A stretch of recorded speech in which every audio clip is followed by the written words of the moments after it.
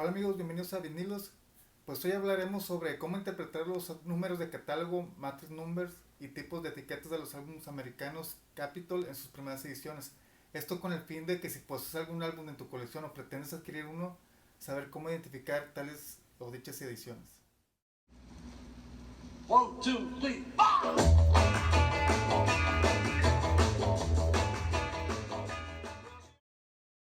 Actualmente algunos fans no saben que en los Estados Unidos se editaban álbumes que eran diferentes a los británicos.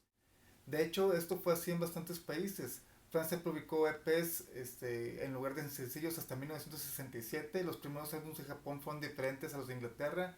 Se emitieron una gran cantidad de sencillos y EPs que no lanzaron en Inglaterra. Algunos lanzamientos alemanes fueron diferentes. Varios países emitieron diferentes colecciones de grandes éxitos: Dinamarca, Australia, Alemania. Pero los lanzamientos en Estados Unidos parecen haber dado mucha atención a lo largo de los años. Esta es una crónica de esos lanzamientos. Empecemos con los tipos de etiquetas con el fin de identificar a simple vista la década en la cual está manufacturado dicha edición. A principios de 1964, Capitol Records se convirtió en el principal fabricante estadounidense de los principales lanzamientos de The Beatles. Cuando Apple Records fue formada por los Beatles en 1968, Capitol todavía mantenía el control de producción y distribución sobre la discografía de The Beatles. Cuando Apple se disolvió en 1975, todo el catálogo de The Beatles, incluyendo los lanzamientos de solistas, regresaron a Capitol. A principios de la década de los 90, todos los productos de Capitol de The Beatles o solistas se reeditaron con el sello Apple. La primera variación de etiqueta en la que se imprimieron los discos de The Beatles fue la clásica etiqueta negra con una banda con los colores del arco iris. Esta variación de etiqueta se le conoce como Black Rainbow y se publicó por primera vez a principios de los años 60 hasta el año 69. En 1969, Capitol cambió su logo por el logo de Target. Esta etiqueta era de color verde lima y se usó hasta 1971, donde el logo fue reemplazado por una etiqueta naranja muy similar. Todos los álbumes de Capitol de Beatles fueron reeditados con este sello. Sello naranja. En 1972, Capitol volvió a cambiar la etiqueta y esta vez por la etiqueta naranja. La primera generación tenía una impresión perimetral de tinte dorado que dice Capitol Records. En 1977, Capitol cambió la etiqueta morada, presentando una vez más el antiguo logotipo del edificio Capitol en su etiqueta. Hasta el año 83, todos los álbumes de The Beatles se publicaron con este sello. También hay que mencionar que se podrán encontrar con discos de etiqueta Rainbow, pero son edición de los 80s. Para identificar estas ediciones hay que observar si la etiqueta cuenta con una escritura perimetral. Y pues bien, ya de haber dado una breve introducción a los tipos de etiqueta, hablemos sobre las fábricas de prensado. Capitol ha tenido varias fábricas a lo largo de los años, pero solo dos estaban en funcionamiento en el momento en que los Beatles comenzaron su carrera en Estados Unidos. Estas fueron la de Los Ángeles, California, que fue la oficina original y principal, y la de Scranton. Para detectar la forma más segura en que fábricas fue prensado un álbum de Capitol americano, tenemos que observar en la cera muerta el símbolo que está impreso o ver el número de certificado RIA impreso en la contraportada, de la cual hablaremos más adelante. El símbolo de fábrica de Los Ángeles es un asterisco o una estrella de 6 picos. Esta planta de Los Ángeles cerró durante la década de los 80. Generalmente su número de matriz está escrito a mano. El símbolo de la fábrica de Scranton era un triángulo en el cual estaba escrito IAM. Con el transcurso de los años, Scranton se eliminó gradualmente cuando se abrió la planta de Winchester. Por esta razón, los álbumes de Capitol impresos en Scranton desde Magical Mystery Tour solo aparecen en la etiqueta Rainbow. No hay copias de Scranton de edición posterior.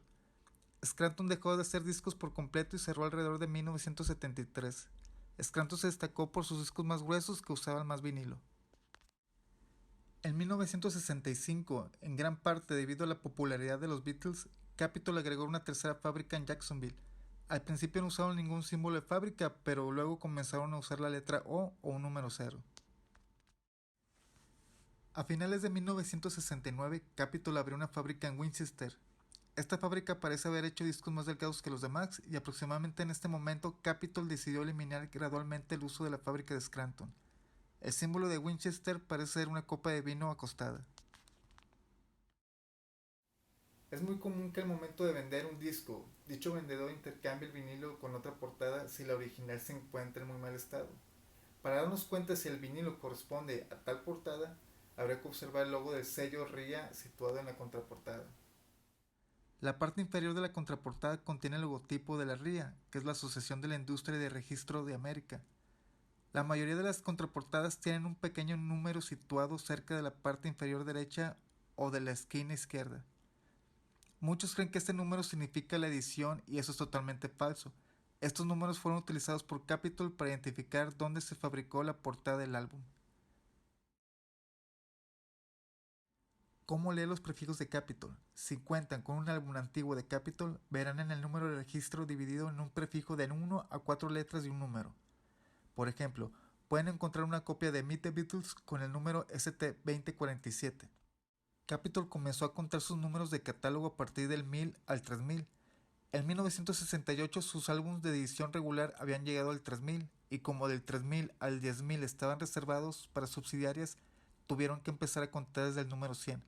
Es por eso que el álbum blanco es el número 101. Aproximadamente en 1972 la numeración llegó a 999 y saltaron al 10.000, así que álbums como Rarities tienen números más altos.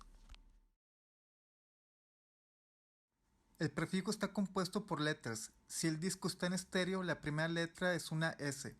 Ninguna letra corresponde a una grabación en mono. La siguiente letra es el código del precio. La letra T era el precio estándar del disco, por lo que se encontrarán muchos álbums con esta letra. Cuando el prefijo es de más de 2 letras, significa que hubo algún tipo de empaque especial, como un box set, si es gatefold, folleto, etc. La cuarta letra denota el empaque. La letra al final significa que contiene un booklet, fotos, insert o si es un disco de color. La penúltima letra en un prefijo de 3 o 4 letras indica el número de discos. Por ejemplo, si la penúltima letra del prefijo es una letra A, significa que contiene un solo disco. Si es una letra B, contiene 2 discos, C, 3 discos y así sucesivamente. ¿Por qué es importante esta información? Tal vez muchos no saben, pero dentro de nuestra colección podemos tener tesoros que no sepamos. Por ejemplo, tal vez dentro de su colección cuenten con un álbum etiqueta verde de Capitol y creen que no tiene tanto valor como un Rainbow. Pero en el 69 Capitol lanzó la discografía para el club de fans en edición Rainbow y más tarde en reedición con etiqueta verde. Estas ediciones se caracterizan por el número 8 entre el código y el número de catálogo, además de tener 3 líneas en el contorno de la portada. Salieron pocas ediciones y mucha gente no lo sabe y las vende como cualquier álbum normal. Últimamente la gente se está dando cuenta de esto y en páginas como en eBay se están cotizando mucho aunque sea la etiqueta verde. Mientras que en páginas como Discogs aún se pueden conseguir por tan solo $14, así que les aconsejo que si tienen alguno en su posesión, cuídenlo, o si tienen la oportunidad de comprar uno a bajo precio, no lo piensen porque en un futuro se van a cotizar mucho. Ya por último, hablemos de los números de matriz. En un disco de Capitol de los años 60-70 es probable que encuentren algo como esto. El primer componente del prefijo es la letra S, que significa estéreo. T es el código del precio. El segundo componente es el lado del disco. El tercer componente es el número de catálogo. El cuarto componente indica lo siguiente. A partir de los años 60, las letras F y G denotan que son discos en sonido mono del primer prensaje, y las letras P y T denotan segundos prensajes. Para los discos estéreos, las letras A y B se utilizaron como primera edición y las letras W y X generalmente se usaban para segundas ediciones, pero a veces se usaban también las letras H y J como es en el caso del álbum blanco.